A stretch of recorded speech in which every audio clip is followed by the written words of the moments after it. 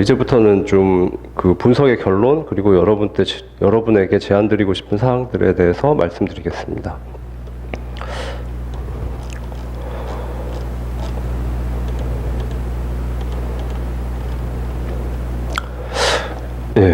제한 사항이고요. 첫 번째, 자과는 네 과목이 개성이 뚜렷합니다. 그래서 특성 및 차이를 꼭 파악하셔야 되고요. 첫 번째, 일반적인 특성은 읽어보시면 이해가 되실 테니까 넘어가겠습니다.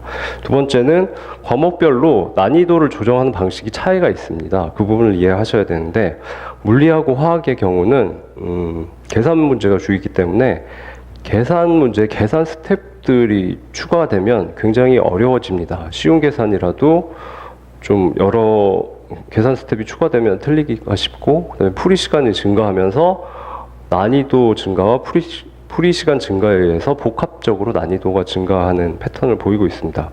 또는 두 영역의 계산 문제를 융합해서 합하면 두 영역 다 공부해야 되기 때문에 어렵고, 그다음에 계산 스텝이 길어지기 때문에 어렵습니다. 이런 방식으로 난이도를 주로 조정하는 것을 볼 수 있고요.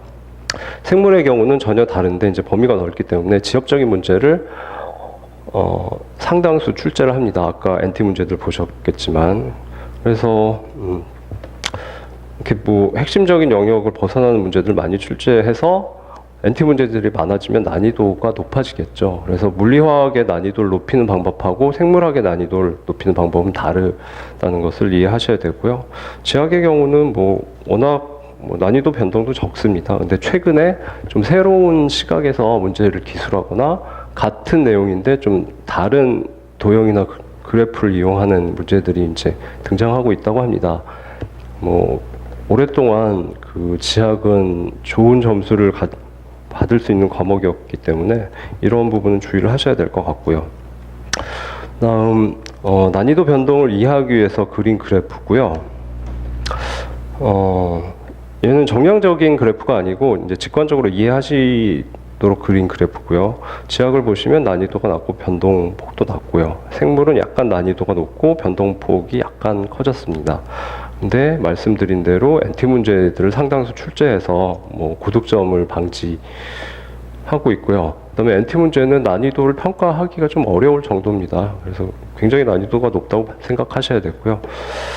그러니까 물론 생물학을 5, 6개월 공부하시면 정복할 수 있는 부분이지만 생물학 베이스가 없으신 분들이 1개월 내에 이쪽 NT 문제들을 정복하기는 굉장히 어렵습니다. 다음 물리는 난이도가 더 높고 변동폭도 심하고요. 화학이 최고의 난이도고 변동폭이 아주 극심하죠. 풀이 시간이 워낙 길어서 더 심하고요. 다음은 내 과목에 대해서 내가 학습 시간을 투입을 했을 때 어떤 효과를 얻을 수 있을까, 그러니까 기대 점수죠. 그에 대한 그래프를, 얘도 정량적인 그래프가 아니고 직관적으로 이해하도록 한번 그려봤습니다. 지역의 경우는 좀 쉽고 양이 그렇게 많지 않습니다. 처음에 공부하실 때는 용어들이 좀 많은 것 같은데 네 과목 중에서 상대적으로 좀 쉽고요. 그래서 빠른 시간 내에 9개, 10개까지 가실 수 있고, 이렇게 내가 투입한 시간 대비 점수가 상승하는 이 리니어한 직선 구간이 길다고 보시면 되겠습니다. 두 번째, 생물입니다. 생물은 처음에는 투입한 시간에 대해서 점수가 증가하는 이 리니어 구간이 어느 정도 있는데 한 6개 정도 되면 아까 결과들 보셨겠지만 더 이상 증가하지 않는 이 수렴점이 올 수밖에 없습니다. 물리는 공부 열심히 하시면 6, 7개 정도까지 갈 수 있다고 판단이 되고요. 근데 물리도 마찬가지로 이제 수렴점이 발생하죠. 화학은 4개, 5개, 가장 그 리니어 구간이 짧다고 보셔야 되고 수렴점이 빨리 오게 됩니다. 물리화학의 경우는 주로 제약 사항이 문제 풀이 시간이 크죠. 그래서 이런 패턴을 보이게 되고요. 근데 물리화학의 경우는 그 해에 물리화학의 난이도가 낮았다 그러면 좀 더 리니어한 구간이 길어질 수 있다고 판단됩니다. 그래서 이런 개념으로 이해하시면 될 것 같습니다.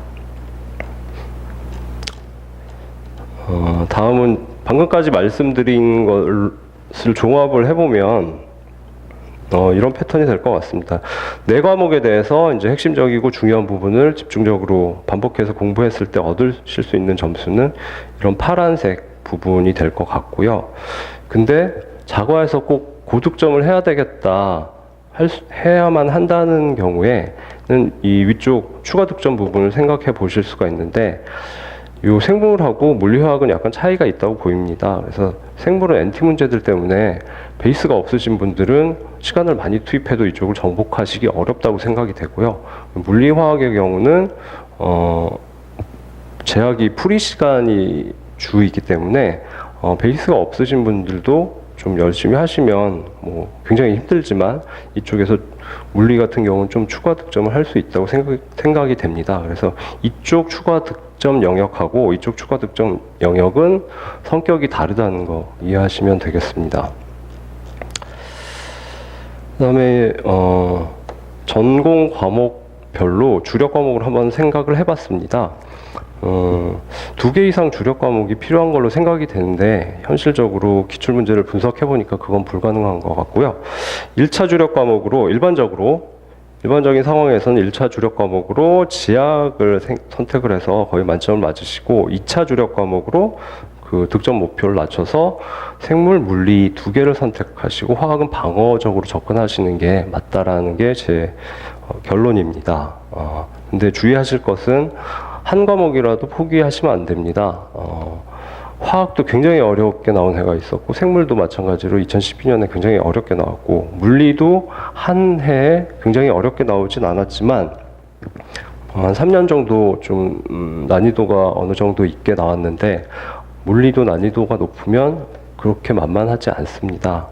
그래서 이 어느 과목이 난이도가 높게 나올지 모르기 때문에 한 과목이라도 포기하는 순간 굉장히 위험도가 높아지고요. 그래서 한 과목도 포기하지 마시고 대신 과목별로 굉장히 쉽고 빠른 시간 내에 접근할 수 있는 부분들이 있습니다. 그 부분들로 접근을 하셔서 네 과목 모두 그 득점 목표를 설계를 하시고 최소한이라도 득점을 하셔야지 1년 안에 자과의 위험도를 회피하면서 합격을 하실 수 있다고 생각이 됩니다. 그래서 한 과목도 포기하지 않으시는 게 맞다고 생각이 되고요.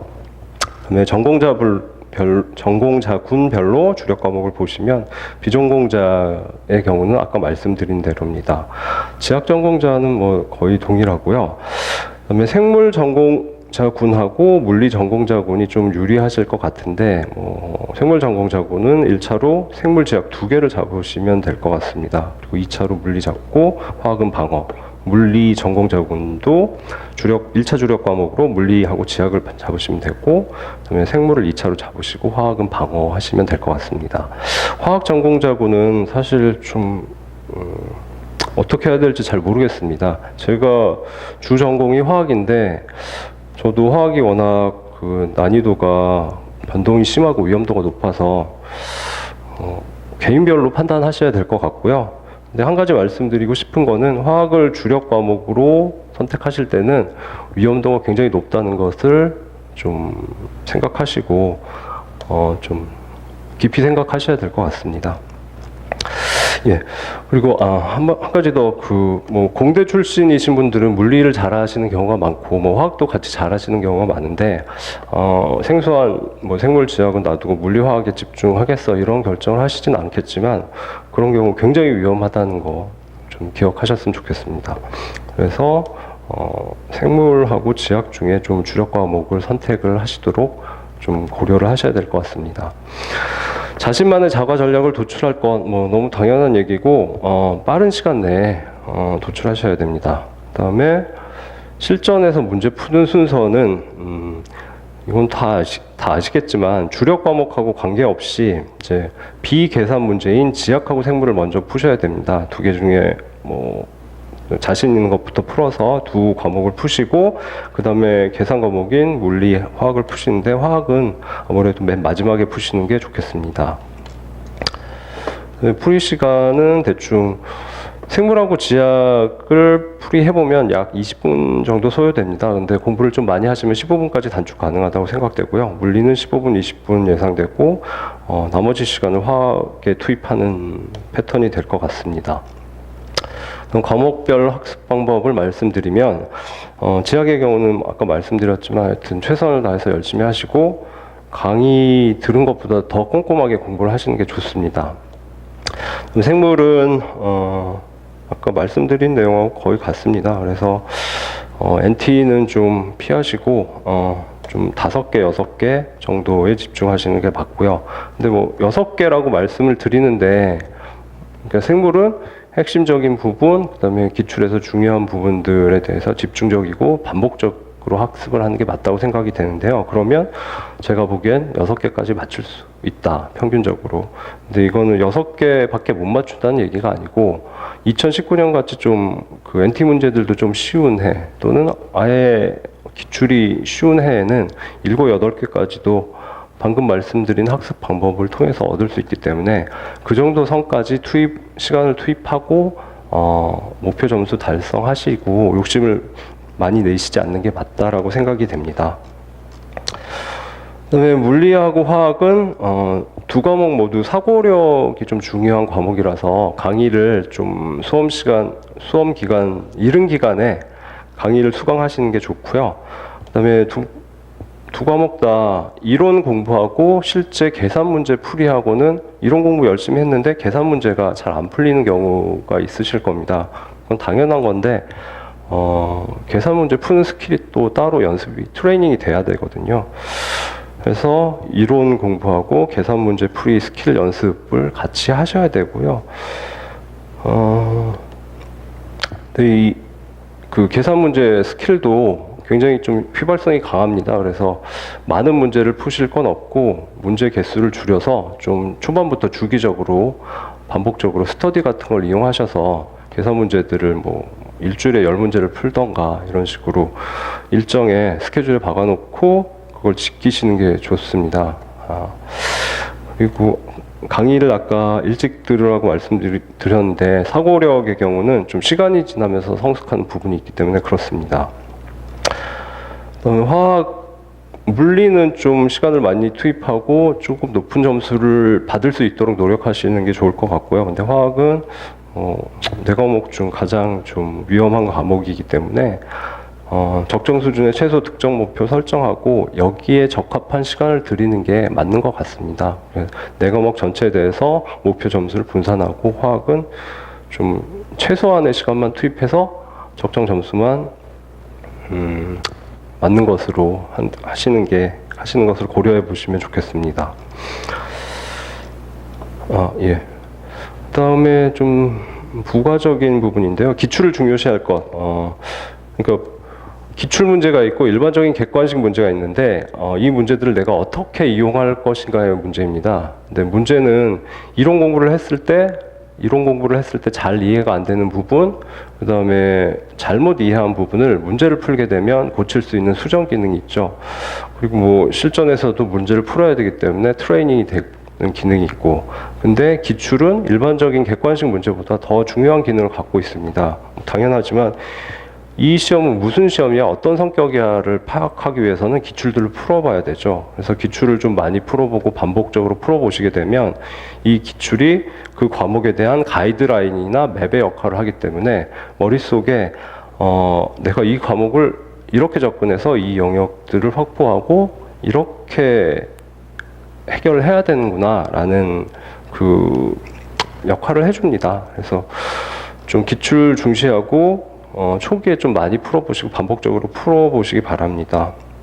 그리고 변시 자과의 좀 한 가지 다른 특성은 뭐 대학 일반 물리, 일반 화학, 일반 생물학이나 뭐 수능 같은 경우에는 해당 과목에 특히 물리화학은 기본 원리를 중시합니다.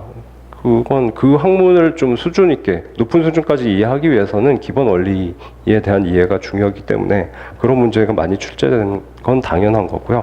그런데 변시자과는 그 특허의 경우에 특허는 그 돈을 벌기 위한 그 법적인 문서죠. 그래서 기존에 확립된 뭐 자연과학의 원리, 과학의 원리를 분석한다기보다는 그 원리를 이용해서 어떤 좋은 제품과 기술을 개발할 것인가라는 응용의 부분이죠. 그래서 기본 원리 부분은 시험에 거의 나오지 않습니다. 그래서 공식 왜 이런 공식이 나올 수밖에 없는가 이런 부분들은 나오지 않고요. 그래서 응용 문제들이 대부분이기 때문에 공부하실 때 그 점 기억하시고 공부하셔야 되고요.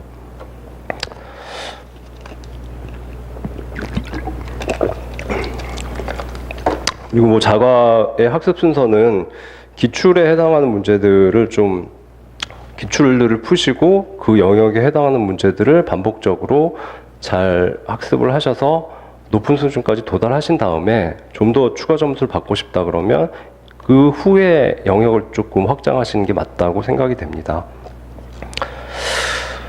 그다음 이 부분 읽어보시면 이해하실 거고, 그다음 2019년 자과 기출에 대해서 2019년이 좀 특이했습니다. 그래서 민법, 산재, 자과 세 과목 다 워낙 쉬웠고요.